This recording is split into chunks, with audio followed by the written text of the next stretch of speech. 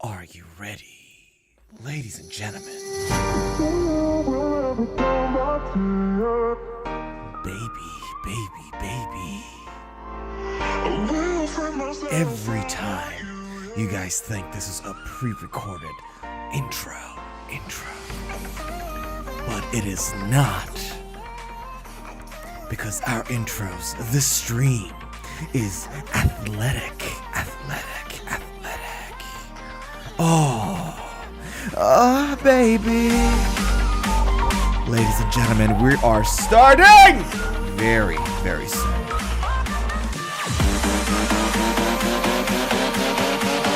Woo!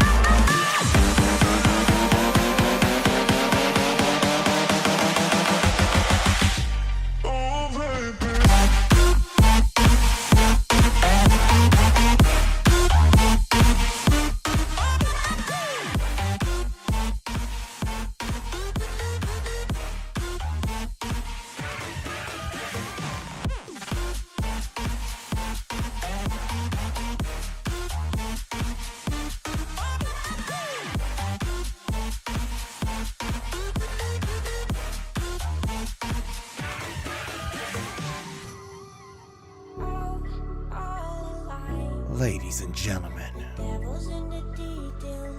the devil is in the detail. Because we are electric guitar players. Unlike classical players with a bow tie and a small ding-dong, we are big. And that's why you're watching the stream. Playing with the monsters. That's right. We're all like monsters, playing with the monsters. They brought me alive, but got no life. It's a lover's fight without an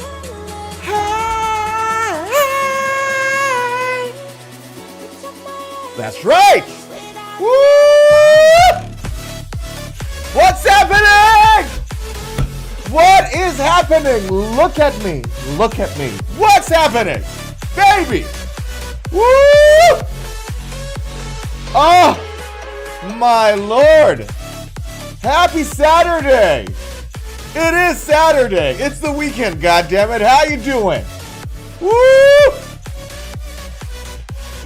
Baby, baby, baby, baby, baby. I am in the mood. I really am in the mood today, man. I hope you are too, just like I am, because I am ready to go. Okay? I am ready to go. Good night. Thank you for watching the stream. No, I'm kidding. Boy, oh boy. Happy weekend, everybody. Hope you're well. Hope you're excited as I am, because this stream is an athletic one, okay? It's a very athletic stream, and not only it's athletic, we have an awesome docket for you today. And docket means the stuff that we're going to discuss, all right? Now, first, Fender, in all of their genius, came up with a new kitchenware product. I'm not joking. This is not clickbait. Literally, they came in with kitchen products, and they thought it's a smart thing to do. So we're going to talk about that first. Ibanez brought back the 540 P3, the P3 guitar models and 80s guitar models. They brought that back just this month, like a week or two ago. We're going to talk about that. StewMac enters the world of pedals. Majesty, the new Ernie Ball Music Man model, the new Majesty is out. We're going to talk about that. And PRS came up with their new S2 Mira model, which we're going to talk about today. So, it's an athletic agenda for the stream. I'm just saying. I hope you feel it like I do. So, with that said, shall we get the party started? Shall we get the party started? Shall we get the party started? Let me just... All right. Let's just set the mood a little, okay? I hope the background music is not too loud. If someone can confirm it on YouTube and Twitch, that'll be great, okay? So, let us talk about this, because this is like one of those weird things. Like, you don't see a weird thing like this that often. I gotta tell you guys. Okay? Something this weird, you really, really don't see that often. It's just a weird one. You kind of look online and you're like, is that true? Like, am I being bamboozled into something?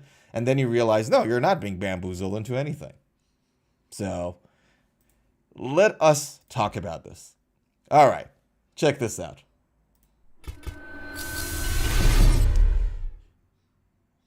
Wrong camera. Sorry. Check this out. Fender, in all of their glory, in all of their smarts and history and innovation and all that good stuff, right? Decided that it's a good idea. It's really the time for them to produce kitchen sponges. And now I'm on the Guitar Center's website, so you guys don't think I'm messing with you or anything. Like, I'm not lying to you guys. All right, this is not made up. This is literally Guitar Center's website right now, and you can find it on Fender's website too. Fender thought that, you know what the guitar world is missing. You know what the average guitar player needs right now? Kitchenware. So they produced it comes with a pack of two. It's not a single one, so it's $5.99 for a cheap price of $5.99. You get two glorious exclusive Fender amp sponges. And so, I mean, Marshall went in the business of fridges and Bluetooth headphones and portable speakers and all that jazz. And you would say, I kind of related in a way, portable headphones and Bluetooth and, fridge, maybe not so much. And Fender thought, you know what? Let's beat him to that. We are gonna beat him to producing something completely unnecessary and not needed, and see where that goes. I mean, look at this thing. Literally. So let us read the description. Like, we need to be informed about this. All right, so Fender amplifier kitchen sponges. I'm just like about to read a sales pitch for Fender amplifier kitchen sponges. Fender amplifier kitchen sponges are designed with serious home cooks and musicians in mind.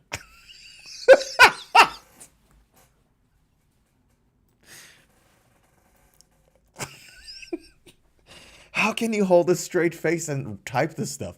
Like, imagine the marketing person or the website person that is typing the whole spiel. Like, imagine what that person went through psychologically just to write this down. Fender amplifier kitchen sponges are designed with serious home cooks and musicians in mind. Great.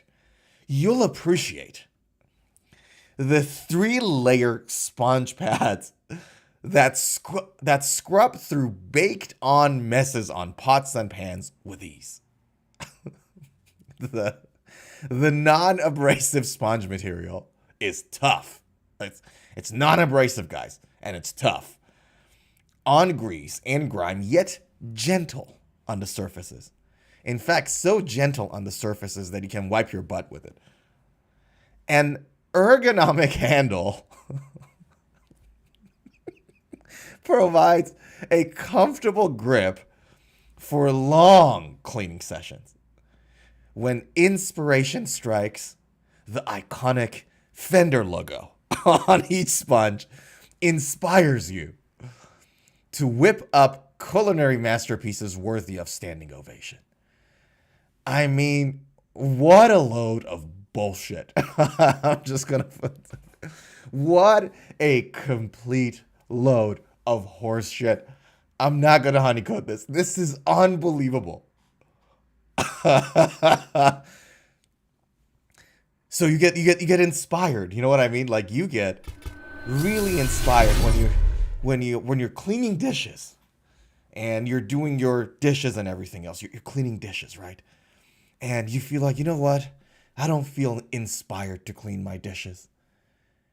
When you buy the Fender kitchenware sponge, like the kitchen sponge, dish sponge, when you buy that, not only it inspires you to wash your dishes, it inspires you then after that go write songs that, you know, puts you next to Ed Sheeran. I mean, this is like, you'll be selling out stadiums for the for the tiny little price of, what was that again? $6? Yeah, $5.99. For the humble price of $5.99, you can achieve your dreams of playing, like, selling out stadiums, playing your own original music next to Ed Sheeran. It's unbelievable. Like, this is, and all it takes is just the Fender logo there.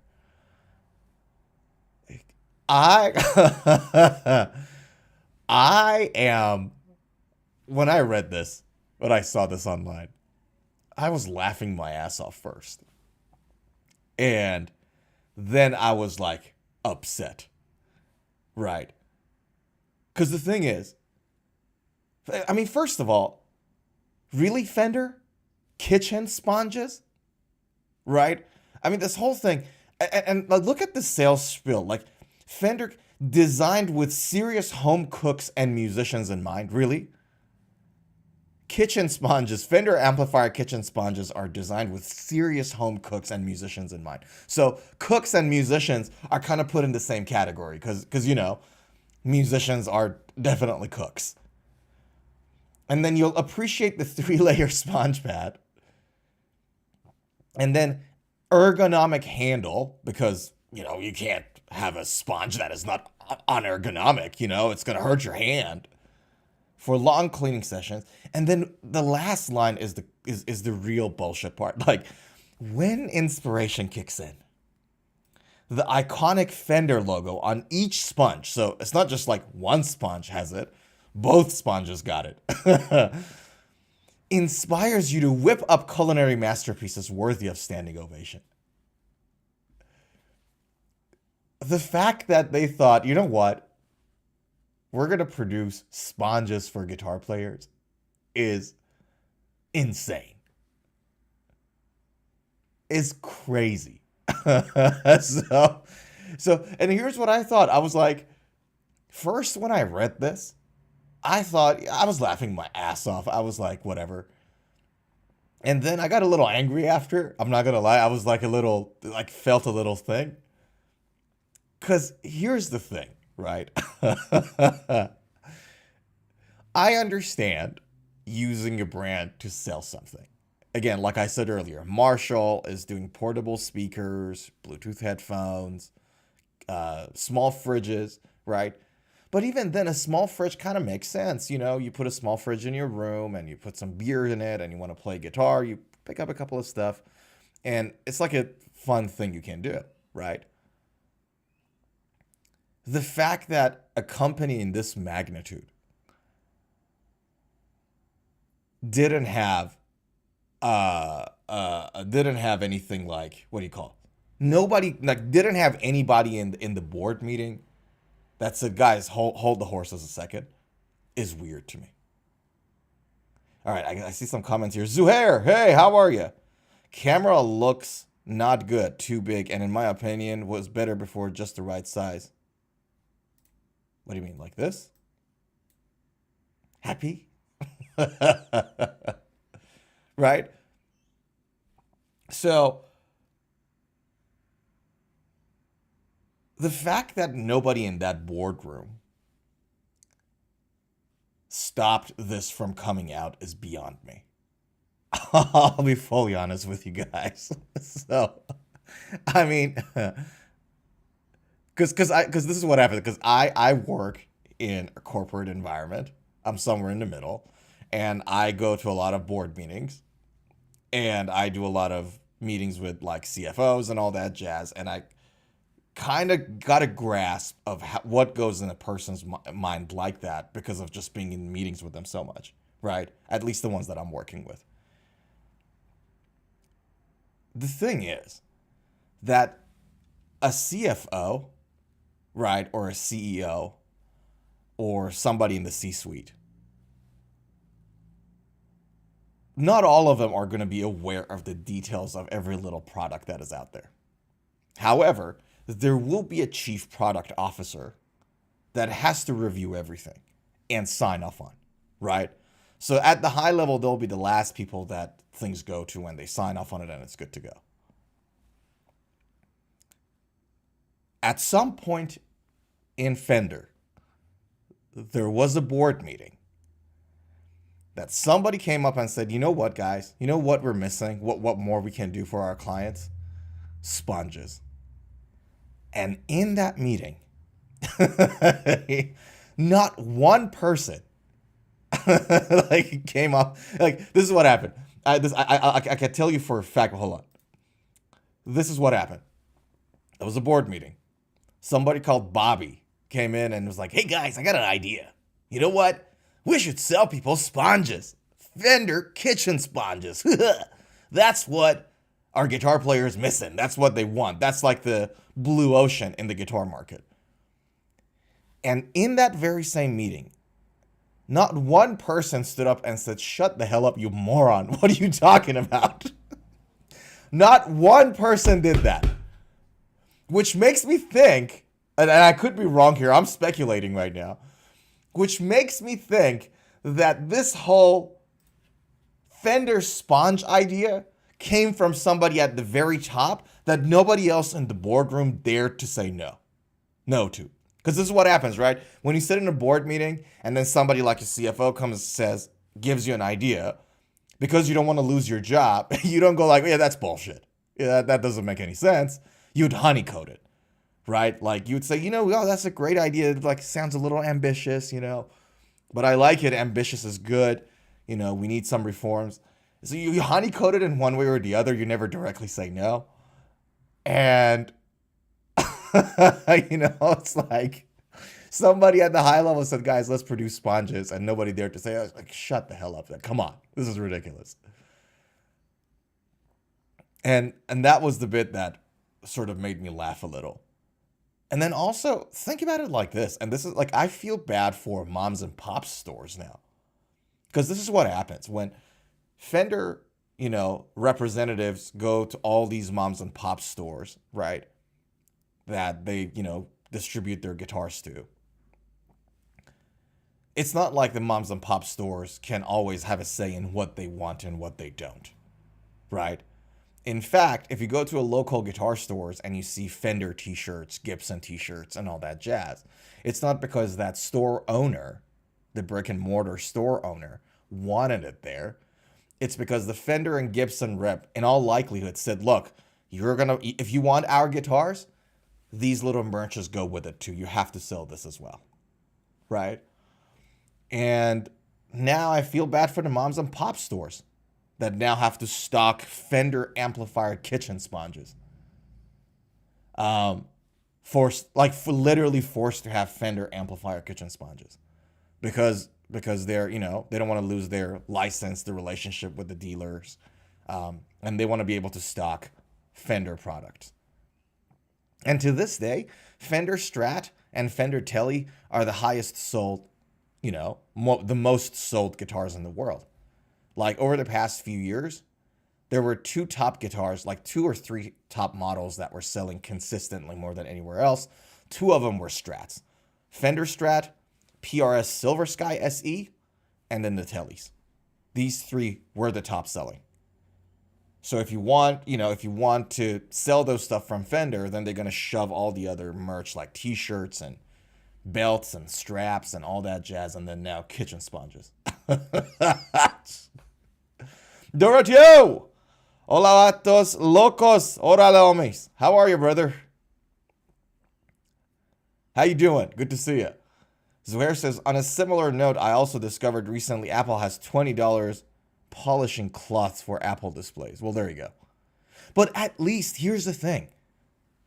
Apple has a $20 polishing cloth for Apple's displays.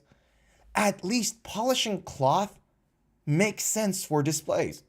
You know what I mean? Like similar to how there's some like microfiber cloth that you use to clean your glasses that doesn't, you know, they don't scratch them, they wipe them out well. Right? At least it's related. You know what I mean? This is not a polishing cloth for a guitar or an amp. This is, according to Fender, kitchen sponges. So, like if they were selling, here's the thing. If they were selling some sort of a new, like a newly developed soft sponge for you to clean your amp and your guitar, it makes perfect sense, right? Because you're still cleaning guitars and amps, and Fender sells guitars and amps, right? But a kitchen sponge? Really? Zuhair said, I missed everything you said about this sponge, but I get your point now. Had dinner, that's why. Like, all good, bro. No, I hope you enjoyed the dinner. But you get the point I'm making? Like, the fact that not one person went on in that board meeting and didn't say anything to shut this idea down is beyond me. And this is the problem, right? This is the problem when like corporate world takes over a guitar company.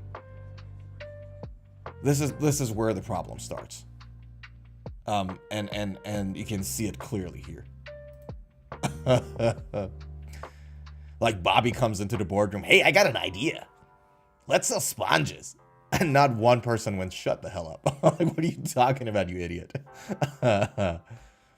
Next year, Gibson butt wipe coming out for hardcore fans. Yeah, literally. Because that's what's going to happen, right? Gibson is going to look at Fender and they're going to be like, they're using their own brand to sell completely unrelated shit. Fine, let's sell butt wipes. Yeah. No, you're not far off the mark. I agree with you.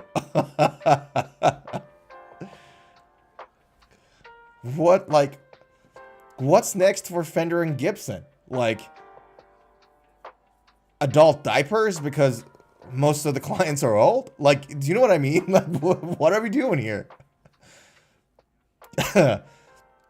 Are they implying that guitar players are broke and they have to work kitchen hand jobs?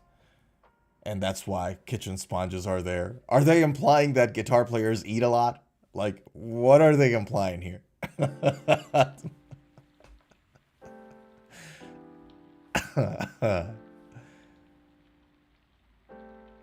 I really, really hate this product. I really don't like this. I don't know about you guys. It makes me angry. Imagine, because, like, look at the description, right? Check this out.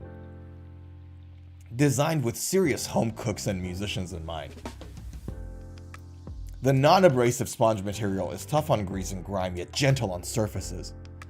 An ergonomic handle provides a comfortable grip for long cleaning sessions. When inspiration strikes, the iconic Fender logo on each sponge inspires you to whip up culinary masterpieces worthy of a standing. Imagine the brain rot the website person had to go through to type this crap. Features. Scrub through dirt with 3 hard-working layers. Power for exfoliator for deep cleaning. Dual action sponge ensures dual action sponge. It's like it's like a dual action truss rod. Like they were trying to find similar words for this. Dual action sponge ensures thorough scrubbing and then durable non-slip grip for reliable cleaning. Can you believe this? Dorothy says Fender Magic Eraser. Yeah. None of that will happen. No. You guys know that story? Like there was this saying that the king is not wearing any robes. There was a story of the king, like some charlatan comes in, pretends like he's putting an invisible robe on the king, and anybody that doesn't see the robe is dumb. Right? And everybody, including the king, were pretending like the king is wearing something, and the king was just walking around butt naked. And finally, a kid goes on and says, "Oh, like, why is the king naked?" And then everyone was like, "Oh, god damn it, we got duped." This is one of those ones, right? Like somebody came into that board meeting, and there was not one person adult enough to say, "All right, this is dumb. Let's not do it."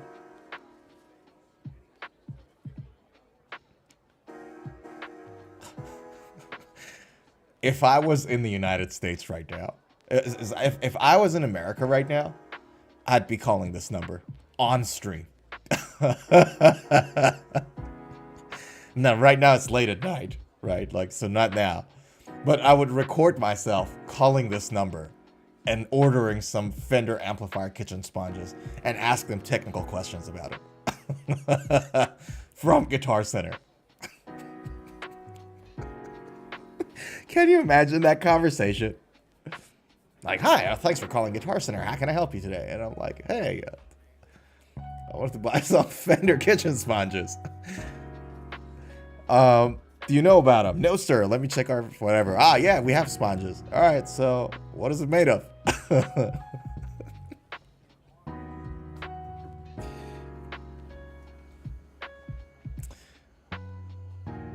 God bless us all.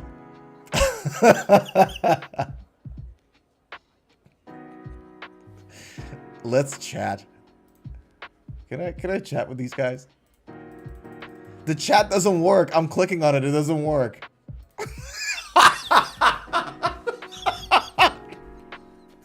The chat doesn't work.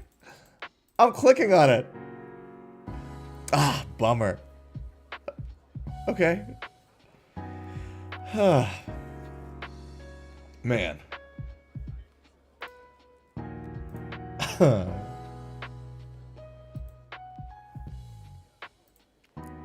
I don't know, man. I like it. Makes you makes you. All right, well. Zuhair says, "Does the chat work for another product on the same site?" I don't know. Let's check. I think that's enough with the enough with the sponge. Alright, well, let's just go through this one. That's a beautiful kilt cover, by the top wood, by the way. There is no chat button here, dude. It's just add to cart. Let me go to somewhere like guitars and then accessories. I don't know. Could it be that because they don't have that in stock yet, the chat is on? Because if they had it, it will be add to cart. Yeah. That button is not there on any other. Anyways. It's just unbelievable. All right, well, let's move on from Fender's genius for one day. Tell you guys, let's jump on the next item on the docket. And how many of you that can afford pushing back? Like when Fender comes and says, hey, can you stock our sponges? They can say, oh, come on. You know, no. It's the mom and pop's brickhead, you know. Anyways. Doroteo says, items on the docket. We're going to go to the next item on the docket, believe me. Because we wanted to talk about P3s. Zohair says, you're frozen for me? Let it go. Let it go. No, am I frozen? No, I'm not frozen. Okay, let's jump to the next item on the docket. I told you guys, Ibanez P3s. This is the guitar. But I read about it. And it's an interesting guitar. Like the first thing when you see it is it reminds you of like, well, it's kind of like very, very Jackson-ish in a lot of ways. But the bottom horn is the bit that really stands out. Because usually with Super Strats, you know, the top horn is longer than the bottom horn. But this one, the bottom horn is longer than the top horn. That's the guitar, and you have this like, you know, you have this like shark fin looking, fret inlays, you know, you have a single coil there. That is very Jackson-ish, you know, 80s Jackson-ish style. And it comes in 3 colors right now. So you have the purple neon, you have the black, and you have the sun yellow. Doroteo says that Ibanez is a sick, badass killer axe. It looks pretty slick. It looks really different. So let's talk about this because I thought this is an interesting guitar. Ibanez brought it back, and I thought, oh man, this is interesting. So check this out. We have a Super Wizard 5-piece maple walnut neck, and I already, like just reading the description, I'm in love with the neck. Because first of all, it's shreddy for Super Wizard, 5-piece maple. Again, multiple pieces of, like when a neck is made out of multiple pieces, it's more stable. It's more solid as opposed to a 1-piece neck. And walnut is dense. So I really like that. Basswood body. Bound rosewood fretboard with white shark tooth inlay. I told you guys the shark thingy, didn't I? Shark fin for Jackson. Jumbo frets, 24 frets. Edge bridge, 10.8 string space. Nice and thin. Infinity neck pickup. V8 bridge pickup. It's an Alnico passive. So that is a bright bridge pickup, by the way. Comes in standard tuning with 942 string gouges. Right? And now the fretboard radius is 430 millimeters. What's 430 millimeters in inches? I wonder.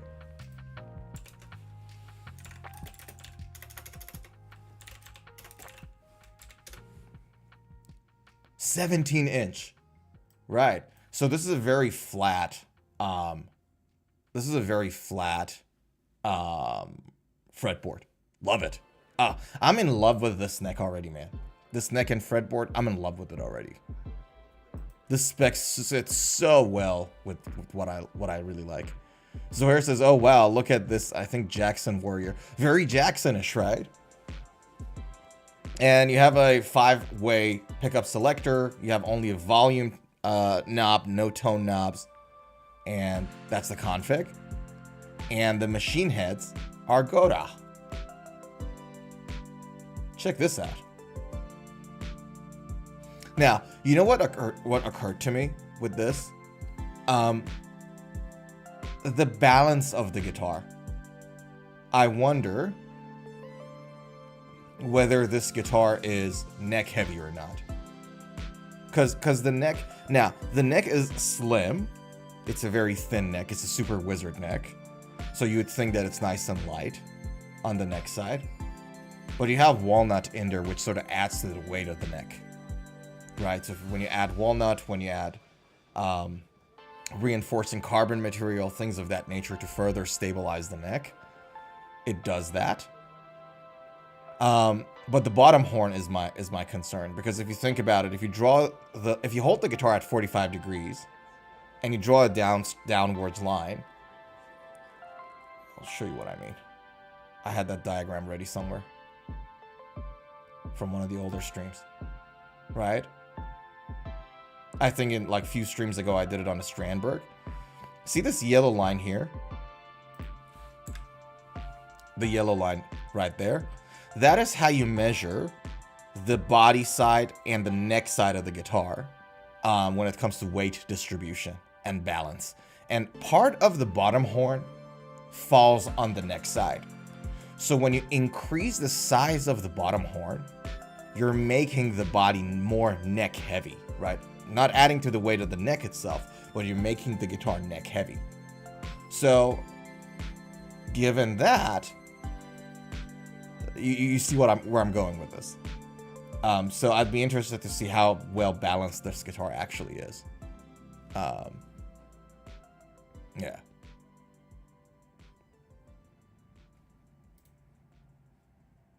What a choice of magnets for the pickup too. Alnico humbuckers for a guitar like this. It's an interesting choice. This is going to be really bright. What's the pot? Is that so? If you put Alnico humbuckers there, is the pot a 500K pot? Does it say?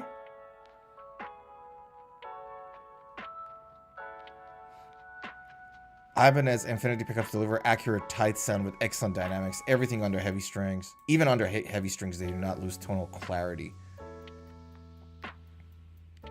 Parts catalog.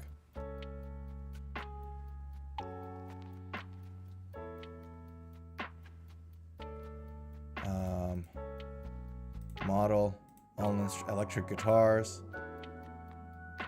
What's the model number?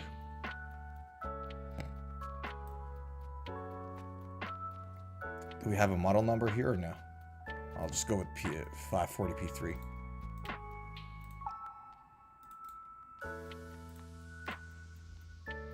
There we go. All right, where's the pot? Potentiometer, there we go. It is a 500K pot. Right? So, yeah, that's interesting.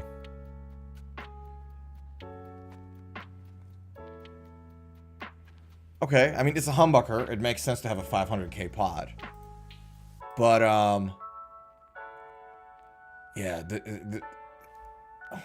I don't know. I don't know whether, like, the pickup is going to be a bit ice picky or not.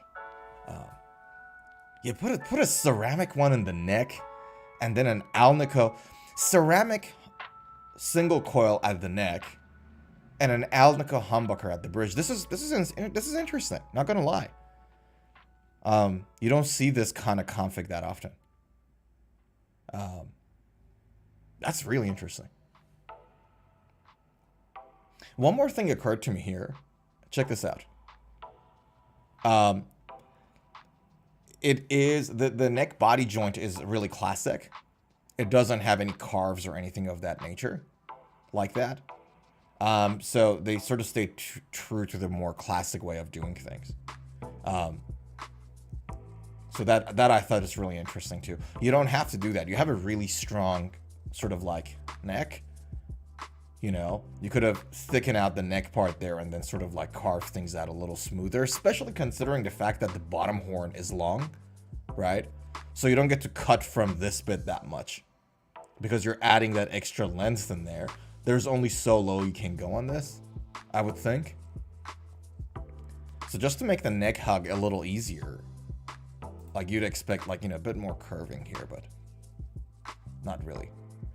This bit is carved out, like right below it. So I think this is where your thumb can play around a little.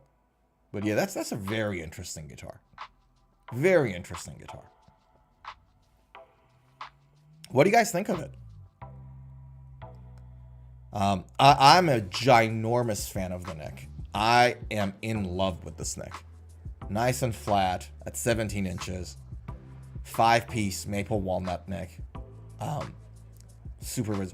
I wonder whether you can use like roasted maple with walnut necks and reinforcing carbon rods. Wouldn't that be great?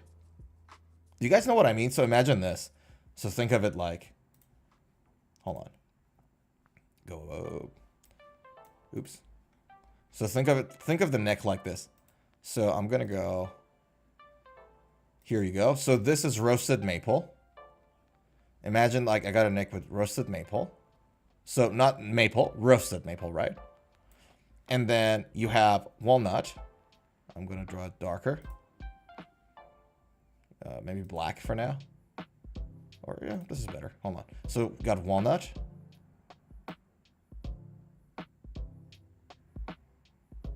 Right?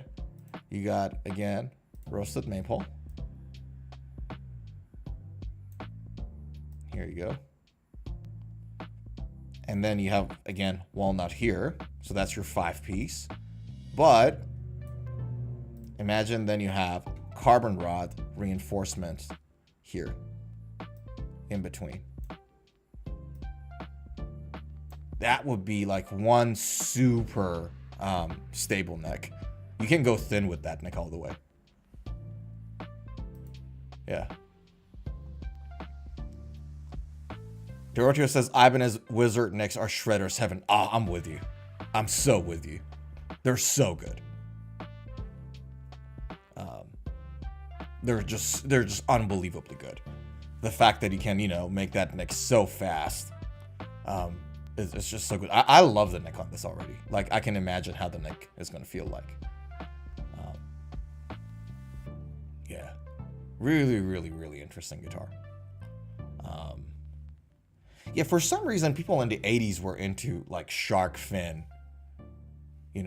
shark tooth, like shark inlays. Like, there's a lot of sharkness is going on in that 80s guitar world. Zuhair asked, have you considered working in guitar construction or for a guitar company? You're superb into it. Yeah. Have I considered working in those? Not really. I have done some workshops with luthiers because I love guitars and I like to know about guitars and I like to know what I'm talking about. So I've actually done workshops there. I did consider going into luthier school part-time, like as a part-time thingy. It's just that I'm working 70, 80 hours a week with my day job and YouTube.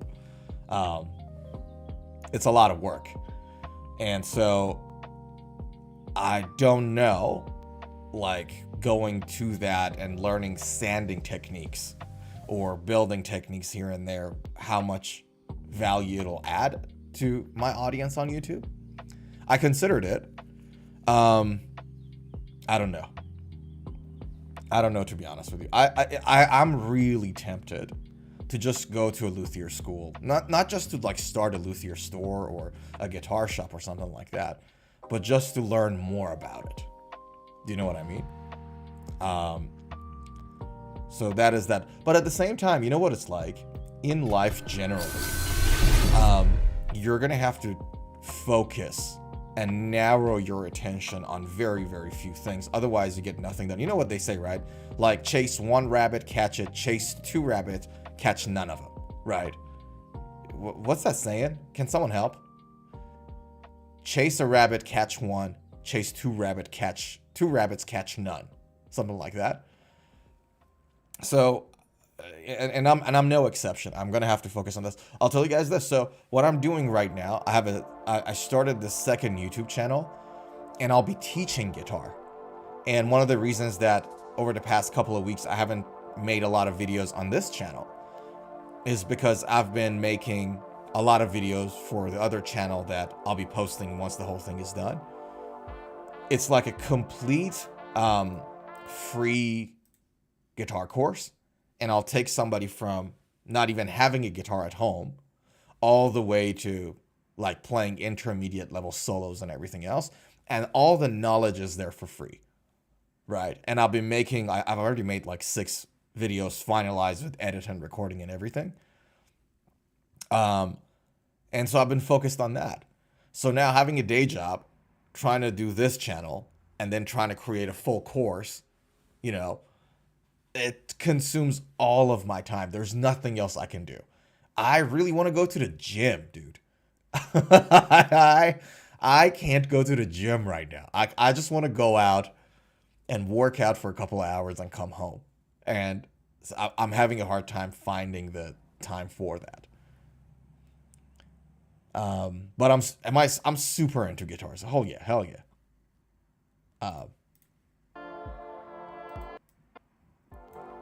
Hold on. I don't like this song. It's depressing. This is better. This is where Googled. You can't chase 2 rabbits at once and expect to catch either. It's a Russian proverb. How do I know a Russian proverb? Isn't that weird? I don't know anything about Russia. I dated a Russian girl when I was 18. And that's as far into the Russian world that I went. Like, no pun intended, right? So I don't think, how the hell do I know a Russian proverb? Anyways, Zuhair says, totally agree about focusing. You got to figure out what's important to you and what you want to devote your life to, and as early as you can. Yeah, like, no, but learning about guitar is important too. Just got to prioritize and then, just narrow your focus, and it sucks. Because I want to do it. You know what I mean? There's a lot of things I want to do, but it's just that it's not humanly possible. And the thing is, like, if you focus on too many things, you'll never be good enough at one thing that you do. Yeah. So anywho, let us jump to the next item on the docket. And I thought this was interesting. I don't know, you guys, it'll be of interest to people who like buy stuff that help them fix or maintain guitars.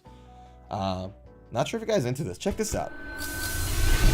So, are you guys familiar with StewMac? StewMac is this website that is like probably the go-to place for almost everybody when it comes to buying guitar parts, potentiometers, screws, everything, cables, all that stuff. So like, resistance and transistors and cables and all that jazz. So every time I need to buy like a part for my guitar, like, or to fix something, or to change the wiring of the guitar and all that jazz, StewMac is the way to go. And they sell like really, really good stuff. Like they're like the, textbook standard, gold standard place to go to. Dorothea says I am. Well, there we go. They started selling guitar pedals, interestingly enough. They started a guitar pedal line with 4 hot models, they call it. And I was surprised. I wasn't expecting that to go through. Anyways, building on the foundation of companies that claim pedal kits, StewMac has introduced a line of ready-to-play, fully finished guitar effect pedals. This is a surprise. You know what would have made more sense to me? If StewMac came out and said, you know what? This is like a do at home, do your own pedal kit. Like similar to your, do your own guitar kits. Like you just, get a bunch of parts, screw them together and all that jazz, and you build your own guitar. It would have made a lot more sense for them to do that, considering the fact that they literally sell diodes and resistors and transistors and all that jazz, right? That's the business that they're in. And then on top of that, sell you some, I don't know, soldering tools or sandpapers or whatever not. Like, that would have made a lot more sense to me. The newly launched model includes StewMac's four most popular pedal designs: the Sun Fuzz, Light Cycle Phaser 2, Optical Phaser, 2 Kings Boost Dual Overdrive, and Ghost Drive Transparent Overdrive. So overdrive, fuzz, and phasers. Each pedal delivers classic tones. What do you mean classic tones, my guy? You guys just produced the new...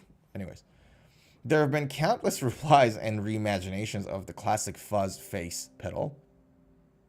StewMac's Sun Fuzz gives you the control and tone shaping you've always wanted from the original must-have fans of Hendrix, Clapton, and Gilmour's tones.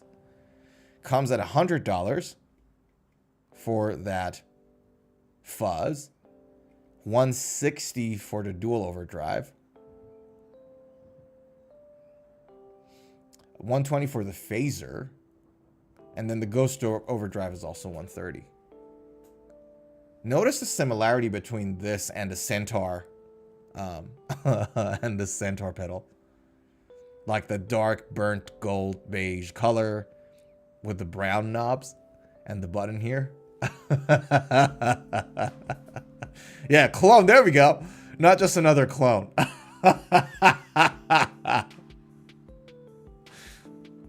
And then they're talking about how good the clone was. Oh my lord. Come on, guys. StewMac, why did you have to do this? Unbelievable.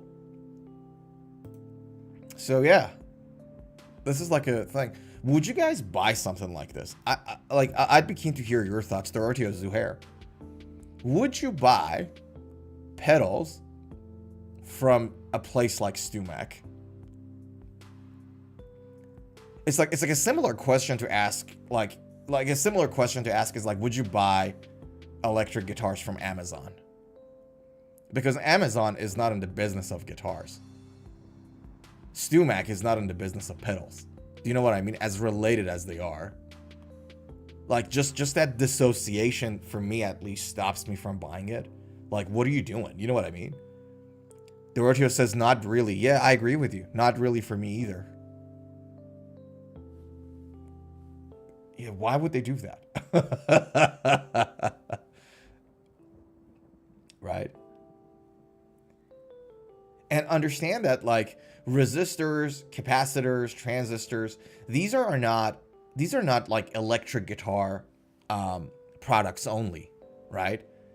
Any electrical board will need stuff like this. So the use case of the stuff that they sell are not restricted to guitars. So in a sense, their clients are much broader than just the guitar market. So you would think if you want to expand, you would tap into that as opposed to, yeah.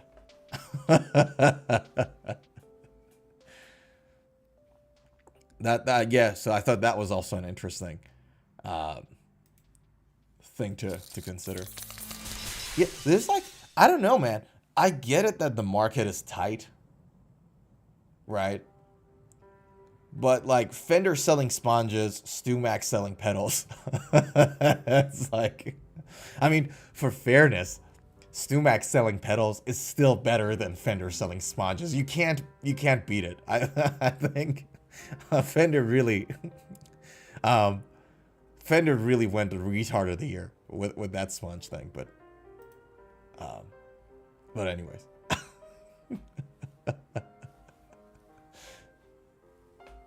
Alright, give me a second. Cheers to you guys. Happy Saturday.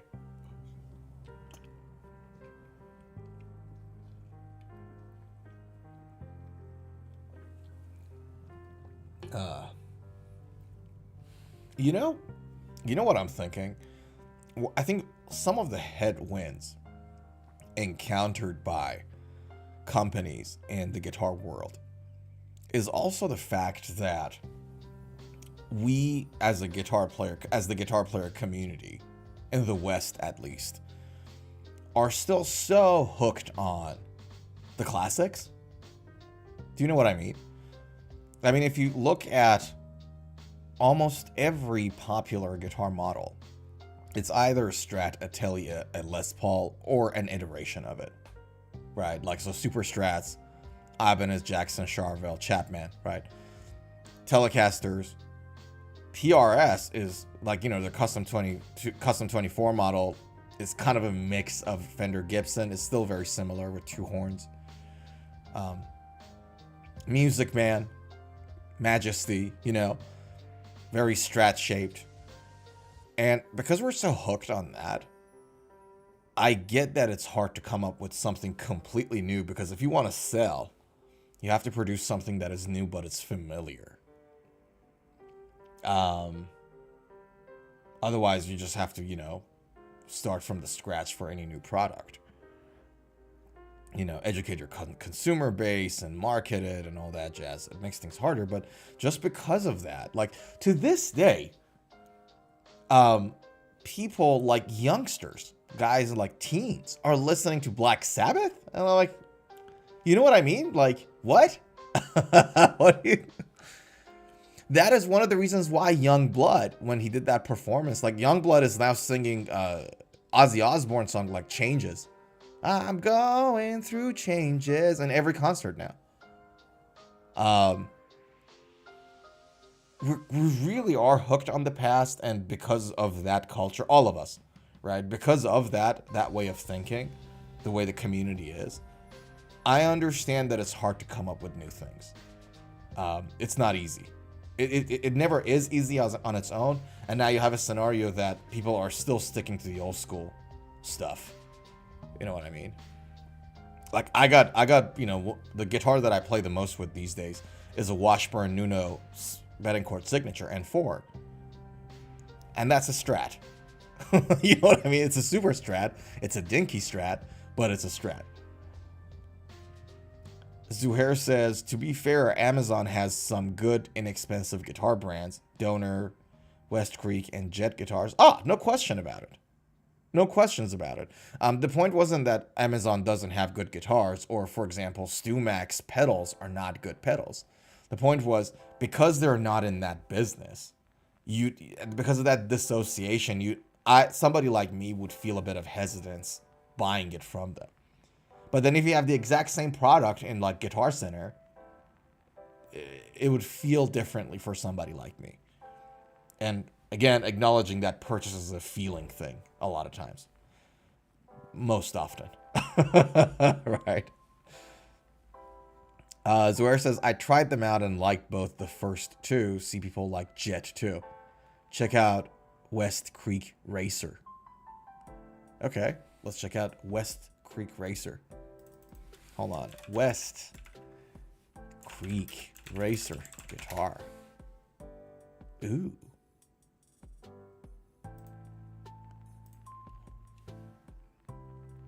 All right, let's check this out.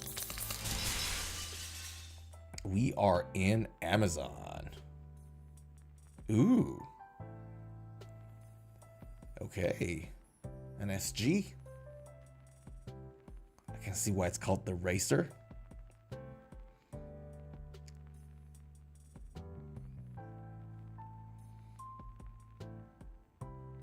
I'm not the biggest fan of SGs generally, but this doesn't look bad at all. Yeah, no, I get your point. I get your point that, and to be fully honest with you, you know, the integration of AI and CNC machines improving, because the thing is, like, right, these days, right, a lot of companies, the CNC machines that they use, they're actually designed for metal, not wood, for maximum precision, right? So with CNC machines and AI integrations and all of that improvement, you can get very affordable guitars at, like, a very high quality. So I'm not saying that anything on Amazon is crap, or any pedal that StewMax sells is crap. I'm not saying that at all. Zuhair says, dude, AI is taking over. Did you hear news people getting scammed out of their life-saving buys? Like, yeah. In fact, I've contacted my bank saying that unless I'm in person, no cash withdrawals. because my voice is on the internet for eternity. hours and hours of recording of my voice, so it's not going to be hard at all for anybody to sample my voice. So I contacted both of the banks and said, look, unless I'm there myself, no. And I have like MFA set up and everything else so that nobody can just call the bank and mimic my voice and take all my money. Yes, I know. I'm very aware of that, considering the fact that there's hours of my voice recording on the internet. Doroteo says, I have the Westcreek Revenge in purple and black. It plays awesome. Oh, let me have a look. There was no purple on that. Hold on. Westcreek Revenge. Purple. Oh. An Explorer model.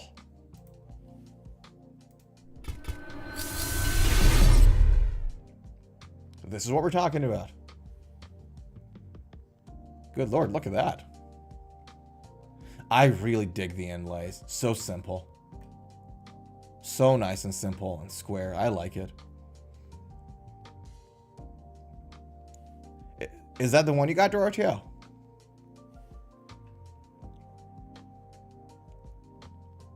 It was an impulse buy.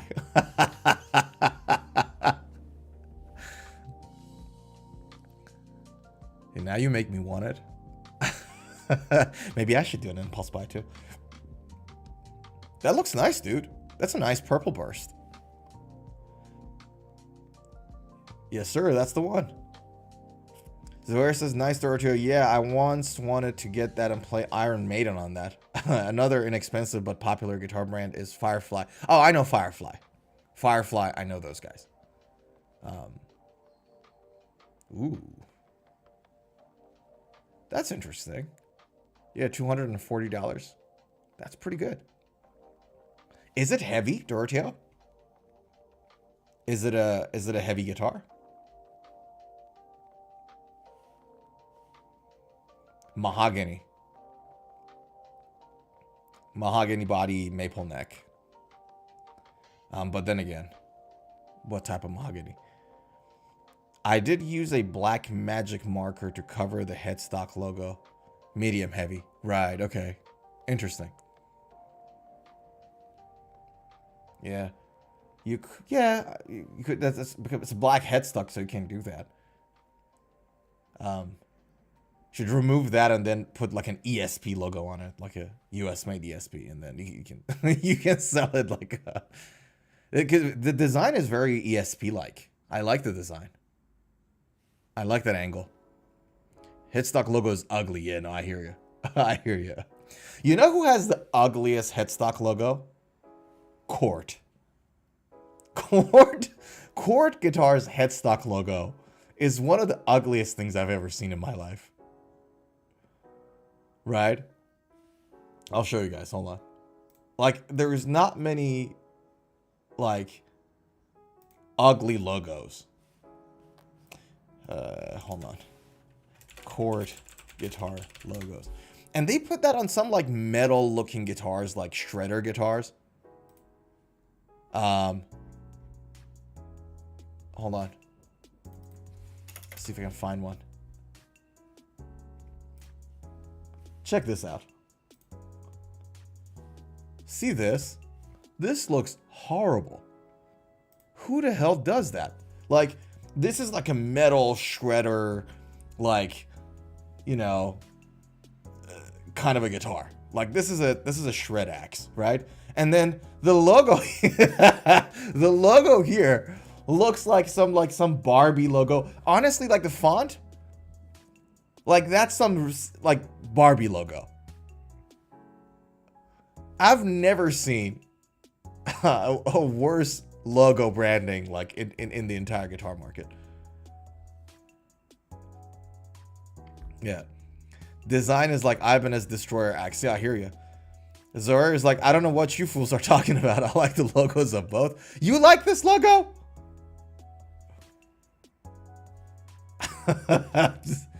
With all that like curly circle flowery.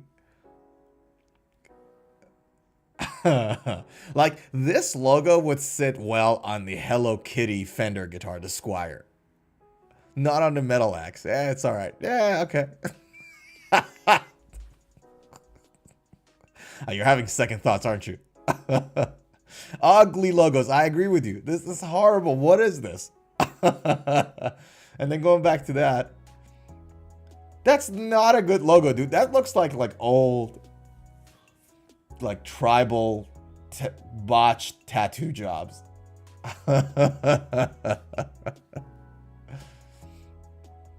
Like, if you remove the bottom bit of it and you just left the top text, it'll be a lot more palatable. But that, like, curly, wavy thingy at the bottom of it is weird.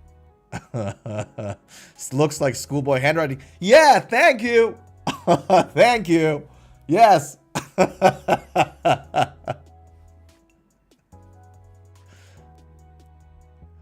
This is insane.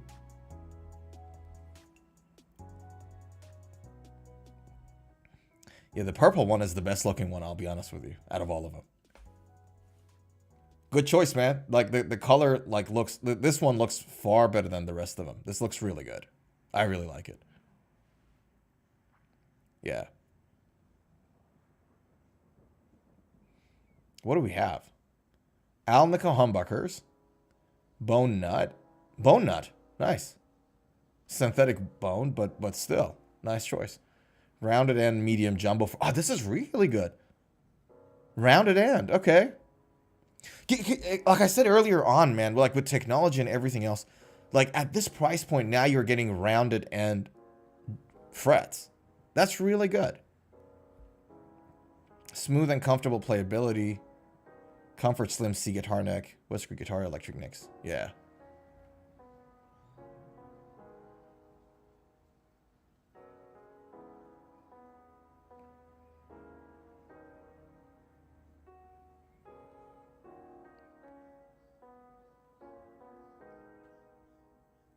Yeah, interesting. They really are rounded. Now that it's insane guitar at this price point with this level of fretwork.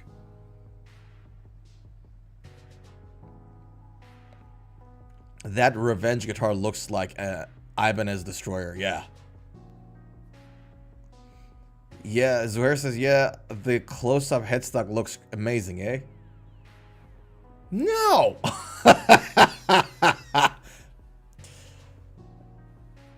No, it doesn't. Like, what is with this whole, like wave, little, like, you know, curled line thingy there? So Westcreek Guitars, that logo, that font, I'm okay with it. But what's with that C drawing, the wave drawing at the bottom of it? What's with that? Here's what they should have done. You get this logo, move it a little higher up the headstock, rotate the Westcreek Guitars logo to align with the outer line, so that not only it's less ugly, but it doesn't become too crowded, because you have the Revenge logo on the truss rod cover too. That tribal logo is really ugly. Remove the tribal logo, straighten up the logo, move it to the top, and then that's a neat headstock. Then that looks good. Because right now here it's too crowded. I can tell you, like, I do like thumbnails for a living now, pretty much. I can tell you this is a little too crowded. Yeah.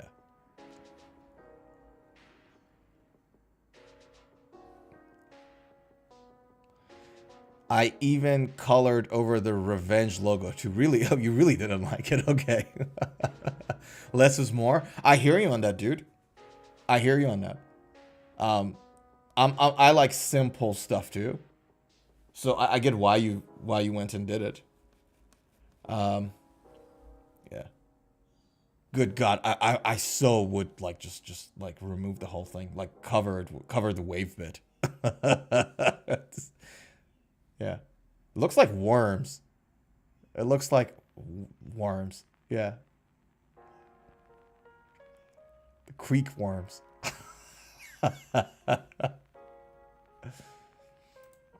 Court too. I think Court is worse, because Court is like this like ginormous company in Indonesia. They produce for everybody. They can't get their damn logo right. They can't get fanning frets and, you know, multi-scale guitars right. You know, they can do a nice curve on the top and bottom wood. You know, they can get in touch with Fishman Fluence and integrate it in the guitar. Somehow, we can't get the logo right.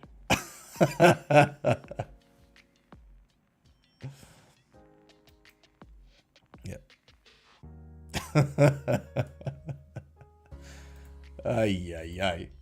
Speaking of bizarre logos, let me jump to the next item on the docket because that's an interesting guitar. Again, horrible logo, but a very interesting guitar. Check this out. So last week, this time of the year, there's a lot of new releases. Like there will be a few more coming in, I would suspect. But last week, Ernie Ball Music Man announced a new set of Majesty models, John Petrucci's signature. Right. And the one that caught my eye was this one. There was this guitar in black and gold. And it, you know, the price tag of it is kind of like the weight of the guitar in gold, like 24 karat gold. $3,850 for this guitar. But it's an interesting one. Majesty has always been an interesting guitar to me. The design of it, right? Like, look at the top horn. It's like the top horn equivalent of the P3. But yeah, really, really interesting guitar. So what it says is the result of John's unwavering demand for high performance, innovation, playability. One of the most well-balanced advanced instruments available, features a neck-through body design, super fast thin neck, unparalleled upper fret access. Yes, because this bit literally is flat. So it is, you know, really good in access and higher frets. 2025 are glow in the dark side dots for improved stage. Okay, so just lumen lays basically. 6, 7, 8 strings. And DiMarzio Dreamcatcher pickups and Rainmaker humbuckers.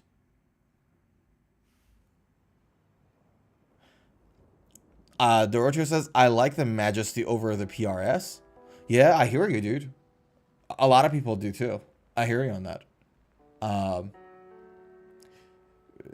It's a very it's a thing of its own. I think in a lot of ways, Majesty and Custom 24 PRSs are unique in a sense that they're not rinse and repeat of the Strat. Like, they are improvements on the Strat, at least attempts to improve the Strat.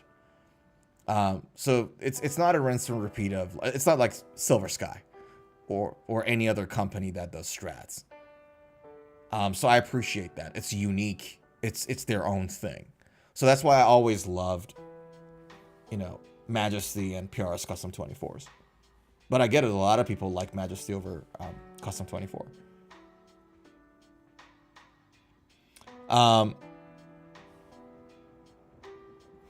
Zuhair says, the gold looks amazing. I don't like too light or bright colors, and this is perfect. Bit of somberness too. Yeah, it's really interesting, right? Looks really interesting. The headstock shape always reminds me of like the reverse Firebird headstock back in Gibson, good old Gibson days. Like that curvature up there, right? That's really interesting. Now, talking about the colors, so you have like the dark side. You have the Mystic Dream, which is much more expensive. Like now this one is $4,150, which I think like this is very Petrucci. Like John's older guitars. Like even if you look at like 2003 G3s that he did with Joe Satriani and Steve Vai, that Mystic Dream was like the color of the guitar that he was rocking at the time. Black frosting. Her Majesty's Request. Oof, that looks so good. Gravity Green. No, not a fan. Blue Silk. It's okay. Amaranth. Not to be confused with Amaranth, the Twitch streamer. I really like the white one. Her Majesty's request. Now, that makes me feel like maybe this is the girly one, but I like the color. My. Now, one thing, and I was about to say, and Zuhair says don't forget to do it, so let's talk about it now, is the selectors. You're right. One here and one there at the neck. So let's talk through them. Where are we? These are the ones I'm talking about. One here. One here. So let's talk about it. So one is like the pickup control. The other one is the piezo control. But let me get to that. So what do we have?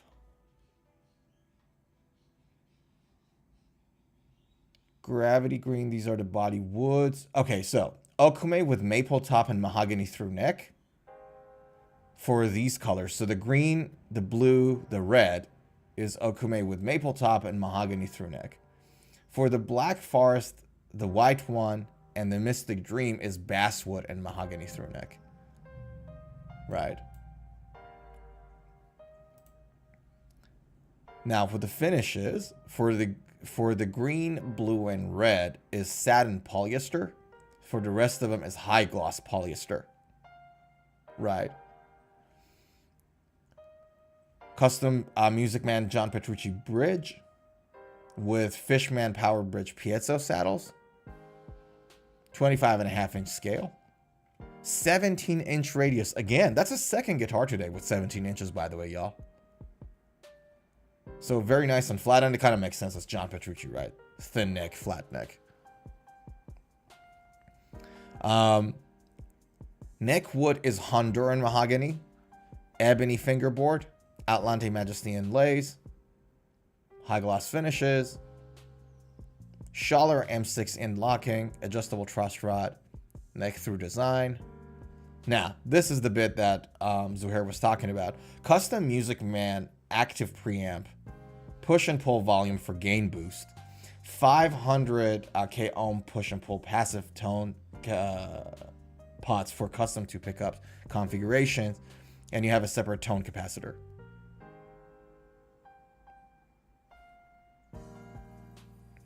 Three-way toggle pickup selector with custom center position and a 3-way toggle piezo magnetic selector. Push and pull mono stereo button. Yeah. It makes sense that it's this expensive considering like the features and the electronics and everything else. So if you look at it is expensive. I don't know what the margins are on this thing. But, you know, it makes sense for this many features, like a piezo, preamp, and push and pull, and all that jazz, you know. Doroteo says, I've seen Dream Theater over 20 times, but in the last 5 shows, Petrucci uses about 8 different Majesty guitars, all with different awesome colors and different tunings, I would guess. Yeah, right. Interesting. It makes sense that if the tunings change, you just change the guitar, right? Obviously. Does Dream Theater actually has that many different tunings? I have a feeling that it's like a combination of like each of these guitars actually sound a little different to somebody like John, you know? Because like when you do this your whole life, you really pick up subtle differences in this guitar output sounds on the same rig, right? Like I have 2 and 4 guitars at home. They both they sound different from each other.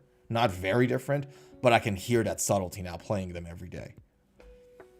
I think part of it is that, and the other part is just showcasing all these different brands. Like that actually is a marketing technique. You know, if I'm a signature artist and there's 6 colors, let me rock 4 of them on the stage.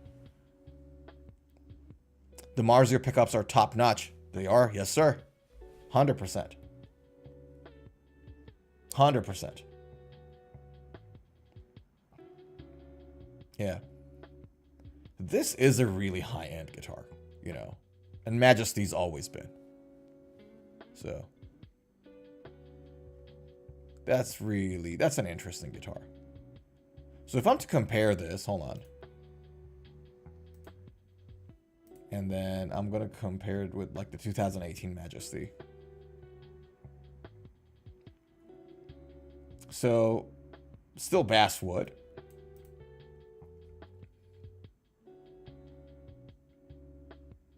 The tremolo has changed a little. So we're going for Fishman. Still 25.5-inch scale. Still 17 inches. Same kind of frets. Same neck width. Same neck wood. Same fretboard. You know, fret markers might have changed, but not much really. You know, Schaller tuning machines. That hasn't really changed.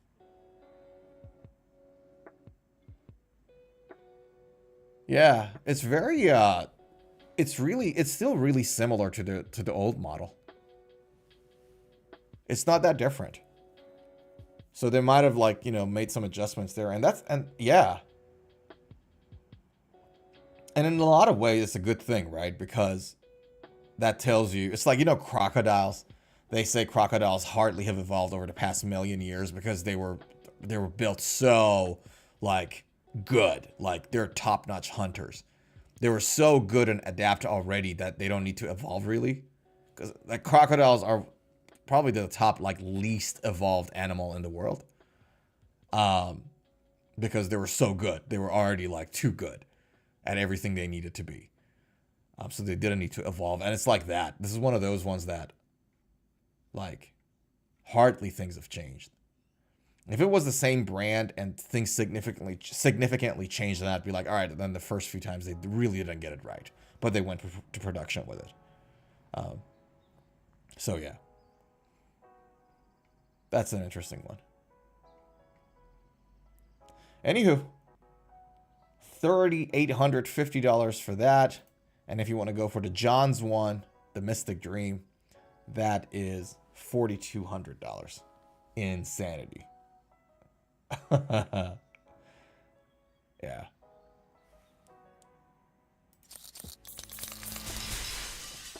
I gotta tell you though, like, Music Man having one of their guitars at home are so good at building their guitars ergonomically. Unbelievably good. Those guitars really melt into your body. And like, you switch between guitars and you pick that up and you're like, oh, okay, the guitar's gone. Kind of a deal.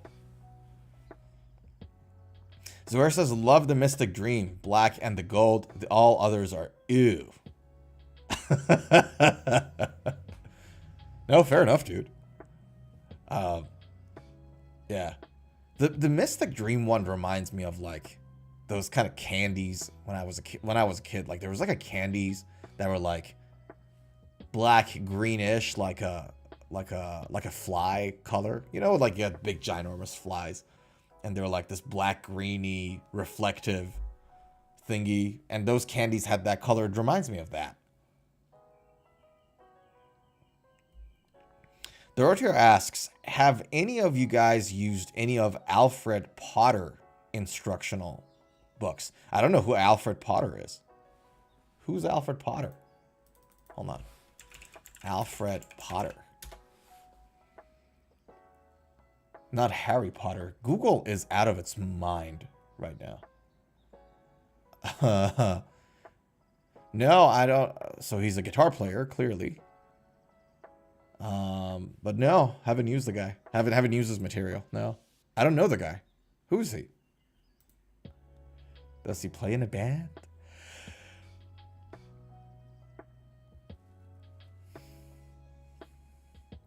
He's a solo artist. Okay, interesting. I got them years ago, but I just started to use them and they're really good. Okay, I'll check them out. What is so good about them, Dorothea?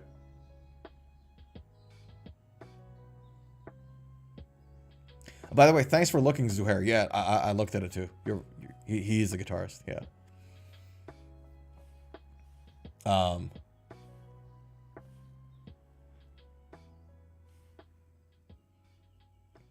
Zohair says, I use Troy Stetina books so far. I love the exercises in his book. Does Alfred have exercises or music theory also? They focus on 90s, 80s rock and metal guitar, says Dorothea. Interesting. No, to be honest with you, like, the only course or book that I went through that had the 80s vibes was John Petrucci's course, his tutorial. The rock method, what was the name of that? Completely forgot. The guitar method, the rock method. Well, guys, what was the name of John Petrucci's guitar course? Rock method, something like that. I forgot. It has a different name to it. Where is it? I got it on my computer. Rock discipline. Zohair says rock discipline too. Yeah, sorry, I didn't see that, dude. Yeah. The only one that I did from the 80s was like the rock discipline, and it's a super good book. A good book too. And we were just talking about John, but yeah. Dorothea says, I also have Troy Stetina rhythm and lead books too. Remember watching his video on YouTube.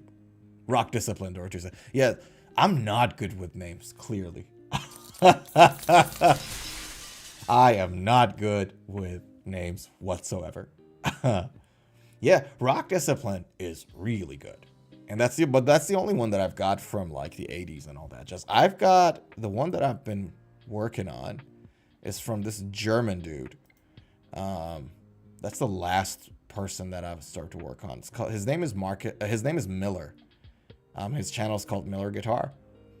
And he had some tutorials and some licks. And what I liked about it was the fact that he analyzed down guitar licks from different eras. Because I wanted to go through different eras. He has some 80s stuff, but not only 80s stuff. Yeah. So that's the latest one I've been dealing with. But it's not a tutorial though. It's like licks. Because I have like zero old school riff lick knowledge at all. Like zero. Everything I know is like Metallica afterwards. Like late 90s afterwards is all I know. Anything before that I have no clue. So I got that book to start working on some of the old stuff. Because, whatever, you just get more knowledge. I started to play that solo from Ozzy Osbourne, Bark at the Moon.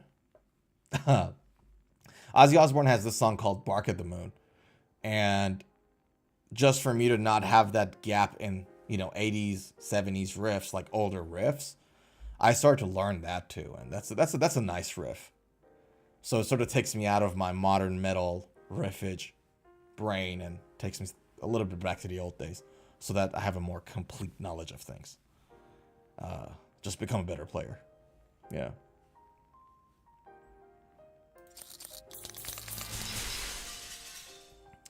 Zohair says, I just played Bark at the Moon, Have a Drink on Me, AC/DC today. Rhythm and solos. Oh, okay, you already know the songs then. There we go.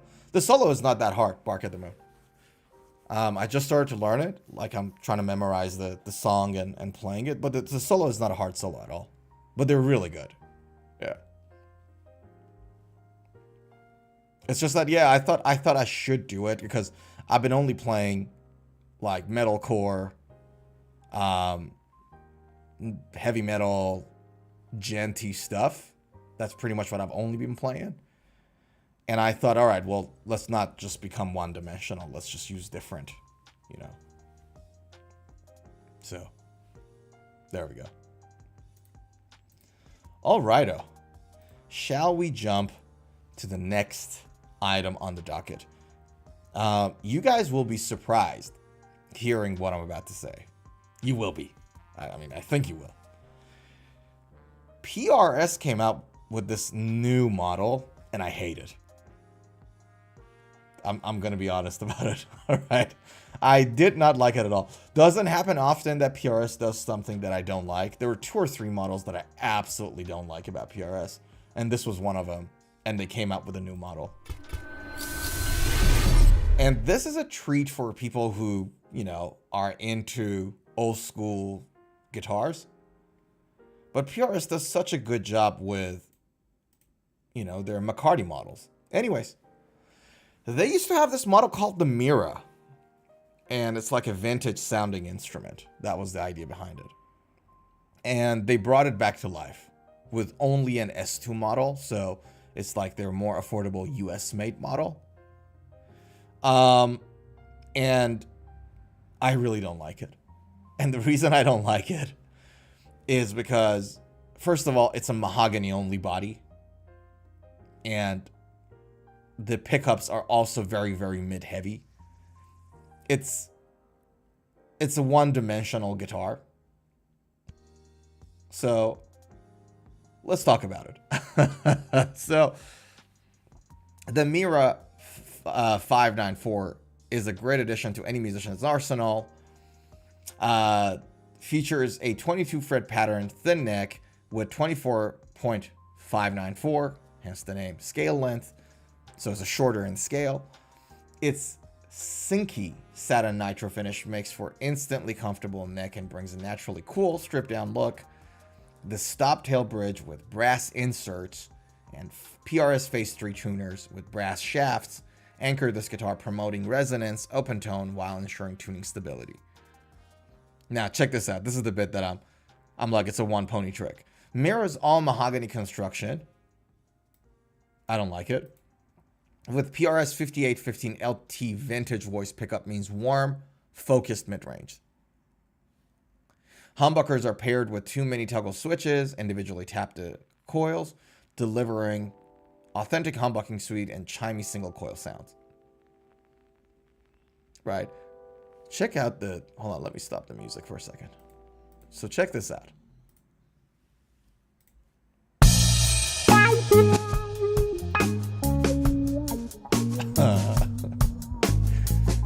Just in case you're wondering, I already hate the sound.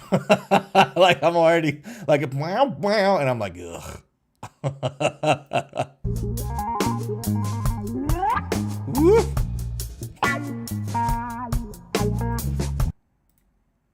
Now check this out. I'm at the PRS Guitars headquarters in Stevensville, Maryland. She's really... And today I'm going to showcase the new PRS S2 Mira 594. Over the years, the She's really talking in this sweet ASMR voice now.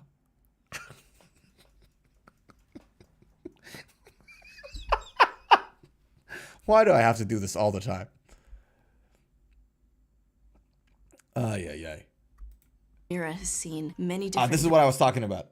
Told you guys. Like, so that came in 2007, 2008, 2010, and they had this like ugly, what do you call it? God damn it.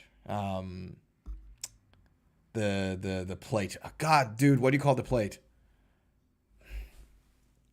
I can't even remember guitar part's name now.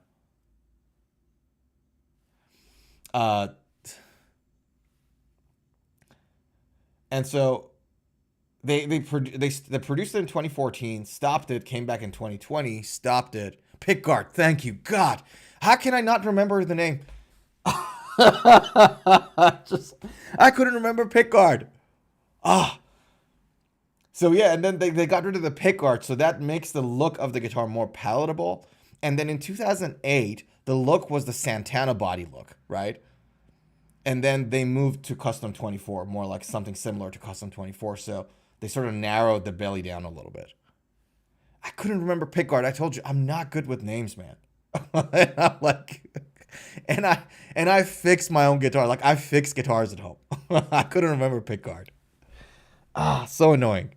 versions with evolving features. Oh my but today, God. the S2 Mira is back and arguably better than ever. Yes. This newly reintroduced S2 Mira 594 takes players' favorite features from the past and combines them with new appointments like toggle switching and 5815 LT pickups and a 24.594-inch scale length.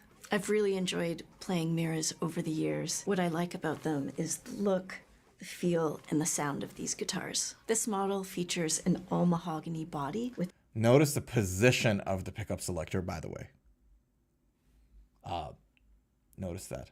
Or maybe I should say, notice the position of the pickup selector, by the way. An asymmetrical bevel carve. The S2 Mira 594 that I'm holding features a sinky satin finish. You can really see how the grain pops. This model also comes in gloss finishes. That's actually a good finish, by the way, the sinky, the satin finish. I really, the only thing I really dig about this guitar is the finish. Phase 3. And I'm a PRS fan. Like, you don't hear often me criticizing PRS for a design, but I really don't like this guitar.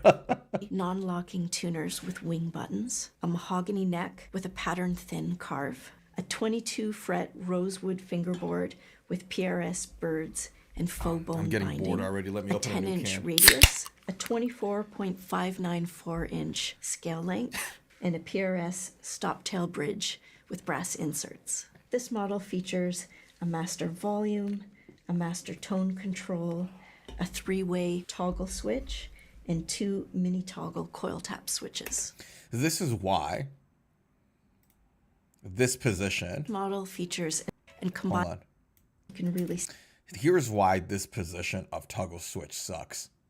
Because if you strum hard, and you can see it, she is sitting with the guitar, right? So the angle that her arm is approaching the guitar is really diagonal. It's not top down like that so much, right? And she's almost hitting the toggle switch. Do you guys see that? Like, if you want to strum your guitar, and old school, like a lot of the old school music is strumming, right? Chords and strums, right? This is, I genuinely don't understand the design of this guitar. Like, PRS doesn't usually do this. Look at that. Like, she's almost hitting it. This model features the treble humbucker, and then we'll hear what it sounds like tapped. Position 1, triple humbucker.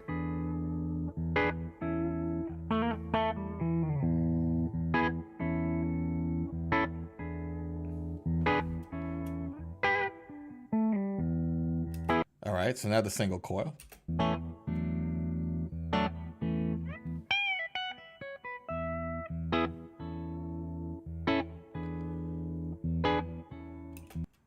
Okay, now both pickups humbucking.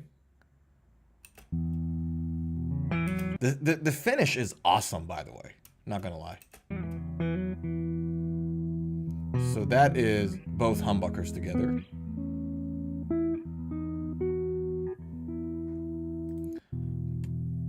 Both single coils now.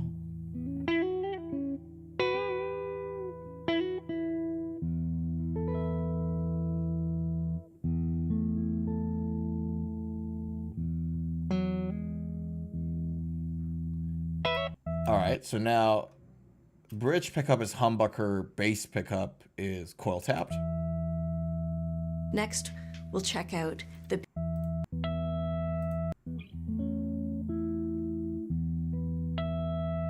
Yeah. So Harris says, agree about the terrible position of the selector. See that? Like, man, look, I've sold the other PRS guitar, so I have only one at home now. I sold it like 2-3 weeks ago. But I got a custom 24 at home, like the shape of the body, right? So this is the 7-string PRS.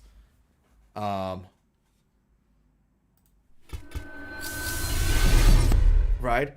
So if you have a look at the position of that pickup selector, the Gibson style pickup selector, it is right here, like right there to the bottom of the bridge. So where you guys see where the tone knob on this guitar is, right? It's right there. You can see. Look at the line here. I'll use this thing. I use my see the line. See the straight line from my bridge to my tone knob, right? See that? Now let's go back to that guitar. See that straight line again there? So the positioning of this switch, the selector, is exactly the same position as this guitar's tone knob. right? And it kind of makes sense, right? Because they already got that architecture down. This is where the holes are drilled. So it makes perfect sense that it's the exact same position. That is not a good position to do that. Like, you're going to hit, yeah.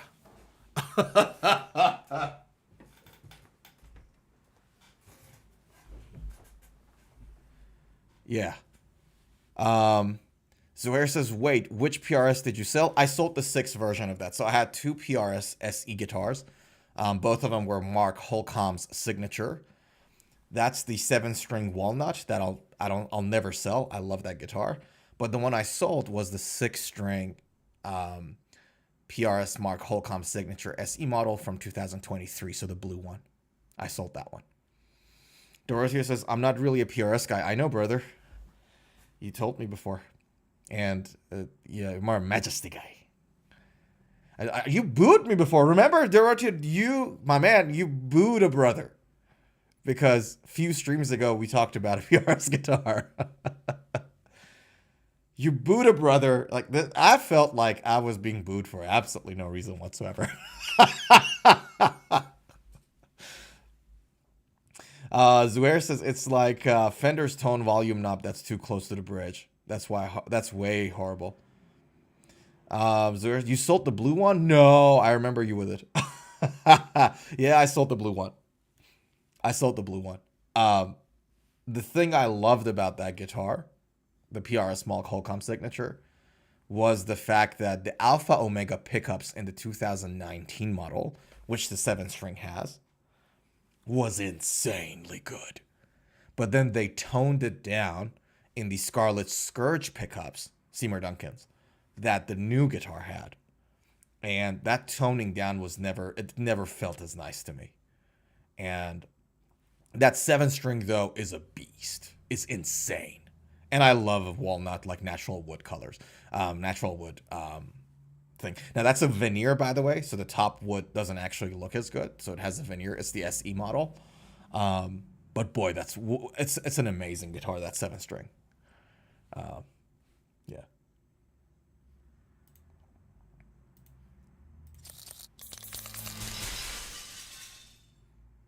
So yeah, I'm not going to spend too much time on it because Dorothea really didn't like this guitar. And I didn't either. So I think Dorothea, you and I, we got this one in common. I honestly think the only nice thing about this guitar is the finish. I really like the wood grain and the finish on this guitar. Like the satin finish. There was a scene that there was like light shine on it. In gloss finishes. Here. That's a beautiful finish.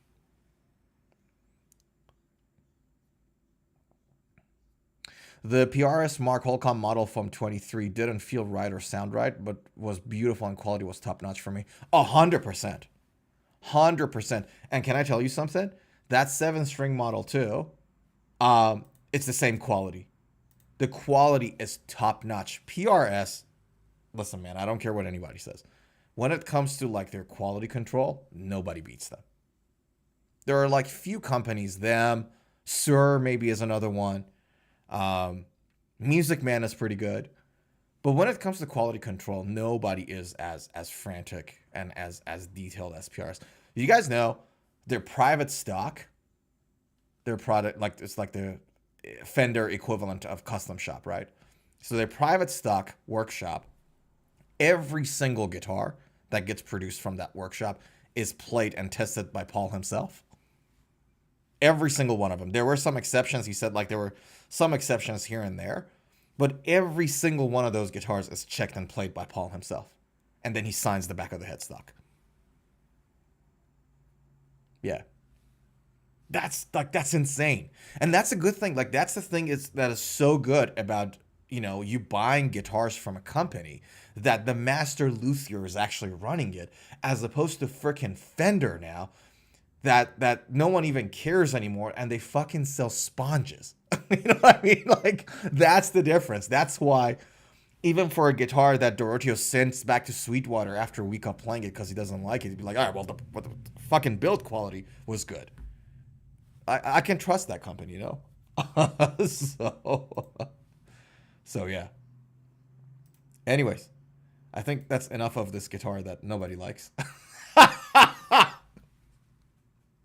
Enough of that guitar that nobody likes. Yeah.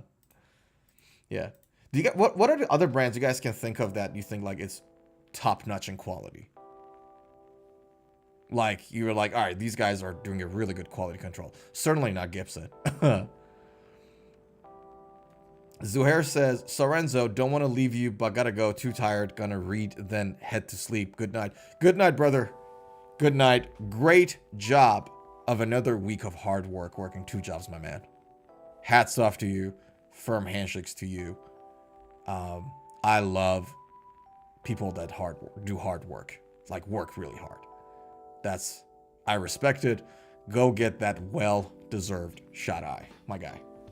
Have a good night. I'll see you next week. Doroteo says, shots fired. Buenas noches, Zuhair. ESPs. Yeah, ESPs are pretty good too. ESP LTDs. Yeah. The E2 Japan ones I've heard some pretty good stuff about. So, anyways. All right. Let us jump to the last item on the docket that I wanted to show you guys, and I thought this was really interesting. It's a pedal. So check this out. So MXR honors Randy Rhodes with a new distortion pedal inspired by Jackson Concord. So the MXR pedal, like that, distortion pedal, I remember the polka dot version of it. That was like the Randy Rhodes iconic like polka dot pedal. And then they came in and they designed it with that like sort of similar to the Jackson Randy Rhodes. The white and gold, and I think we talked about it, Doroteo, in one of the older streams. That like I really like that white and gold design. So yeah, MXR came in with this new distortion pedal with Randy Rhodes. Is that me or that looks like a Rolls Royce? Oh, thank God I said it. Rolls Royce. It looks like a Rolls Royce logo, but it's Randy Rhodes. Yeah. That's literally that's literally the pedal equivalent of the Jackson Randy Rhodes model. And that's why I thought that this was really interesting. That's a really cool design. Imagine playing it with that actual guitar. So anyways, yeah, about a week or two ago, this came out. The new MXR Distortion Plus pedal featuring a design inspired by Randy's legendary Jackson guitar. MXR has launched a new special edition Randy Rhodes Distortion Plus pedal paying tribute to the legendary guitarist with a striking new design. This latest stomp box is inspired by Rhodes' iconic Jackson Concord guitar, marking the second pedal in a series dedicated to the late Ozzy Osbourne's guitarist. Right? Check this out. All right, I'm going to put the music on pause.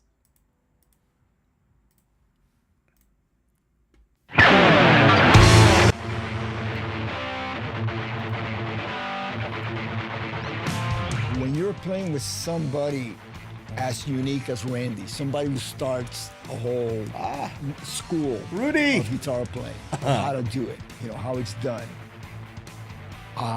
They are irreplaceable, not only as humans, but as artists. So for the short time that he had on this earth, he said so much. And you know what? He looked cool and he rocked out. I very clearly... So true. I love what he said. For the short time that he had on earth, he said so much. That's such a true, that's such a deep thing to say. I remember growing my hair out, in the early 80s and going to the hairdresser with a picture of Randy Rhodes and going like, I want that. Like, give me that. And that was like the Guitar Hero era, so there was a lot of people, but he was the biggest one for me. When I was a kid, the first overdrive I ever got was a Distortion Plus. And my first real guitar was a Les Paul. So I started playing guitar in the early 80s. So this is prime Randy Rhodes. That's a really good marketing campaign, by the way, to bring all these guitar players to talk about Randy like that.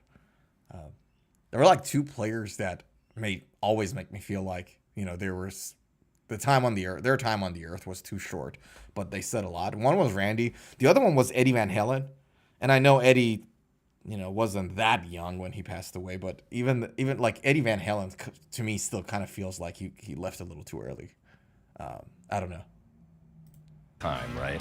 And I was always into gear and stuff, so fascinated by the guitars, and I knew he was using, you know, a Duncan Distortion in the bridge, and I knew he was using a MXR Distortion Plus, and you know, the Marshalls. I wanted to know everything. Altec speakers. I knew all this stuff when I was 12. I was like obsessed. So I actually got to play with Randy in both, you know, the Randy Rhodes from Quiet Riot, local guitar hero in Los Angeles, and the Rock and Roll Hall of Famer as a guitar player for Ozzy Osbourne. This is awesome. This is really good. Okay, so where's the pedal itself, though? Do we talk much about the pedal here, or no? Okay. By the way, note the effect on the like the vintage effects they put on the video itself. Like, it's a little grainy, it's a little yellowed out. The rocker pedal was disengaged and the potentiometer was in a fixed position. The chain ran through an MXR 10-band EQ, a Distortion Plus, then through a chorus, and an MXR flanger. All the pedals were mounted upside down inside the board and modified for the relay switching. And at the end of the chain, there was a Roland volume pedal. No, they don't talk about the pedal much, do they? Stoked for this to happen, so it's He is the musician with the most musical And it kind of makes sense that they don't talk about the pedal so much in the marketing campaign, because this is more like an aesthetic shift, as opposed to like really changing the whatever, you know? How much is it, I wonder? $199 on discount is $190. It's a little pricey for a pedal, but it's not bad, eh? It's not bad for a pedal. Okay. Yeah, that's the guitar model.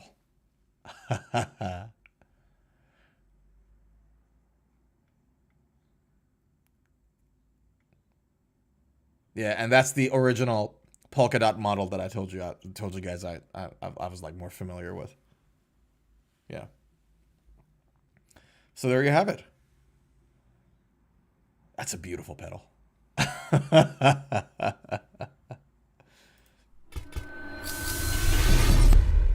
All right. My goodness. We've been live for almost 2 hours. Guys, I think I'm going to call it a day. I'm going to call it a day and let everybody go back to sleep. Get some sleep. And wake up tomorrow. But yeah, I think we had a really good stream today. I really do think that. We talked about Fender kitchen sponges. We talked about the Ibanez PIII models. We talked about StewMac pedals, Ernie Ball's new Majesty, the PRS nobody likes, and now the pedal. And it was so much fun to chat with everybody today. So thank you so damn much, guys. And this is what I love about streaming. I'll be honest with you. Because like we have like our set dockets to talk about, but how Doroteo, yourself, and Zuhair, and sometimes you guys bring up like new topics to talk about, like for example the Revenge guitar, you know, the Westcreek Revenge that we talked about, and all that. It becomes a fun chat. It becomes a fun talk, not just like going through items one-on-one, and it's so much fun for me. So it's good to see you guys there. Tomorrow, church day at Segmont Church in Houston, Texas. God bless you, my guy. God bless you. What more can I say? It's so good. So good. It's yeah, church times is really good. Like it's not only like an opportunity for people to get in touch with their spiritual side, but also people getting together. So yeah. And Believe me, I don't know. I don't know, man. In this world these days, looking at the news and all that jazz, I was just literally, like, Charlie was in my mind and I didn't just say it. I was like, there's so much going on the news. That's what I meant. Yeah, rest in peace, Charlie Kirk.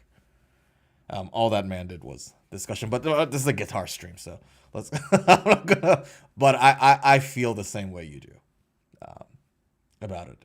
I think. Anyways, so Dorothy and my brother, everybody who's watching, thank you so much for hanging out. Don't forget to subscribe to the channel if you haven't, and I'll look forward to seeing everybody on the next stream. And remember, it's the weekend. Have fun, live life. We only live once. We only live once, goddammit. We're not gonna take our seconds back. We're not gonna take our days back. Have a good life, be happy, love each other, all the good stuff. Oh, baby. Good night, brother. Sleep well. And I'll see you and everybody else next week at another Guitar Angle. Mwah! Have a good night. I'll see you in the next.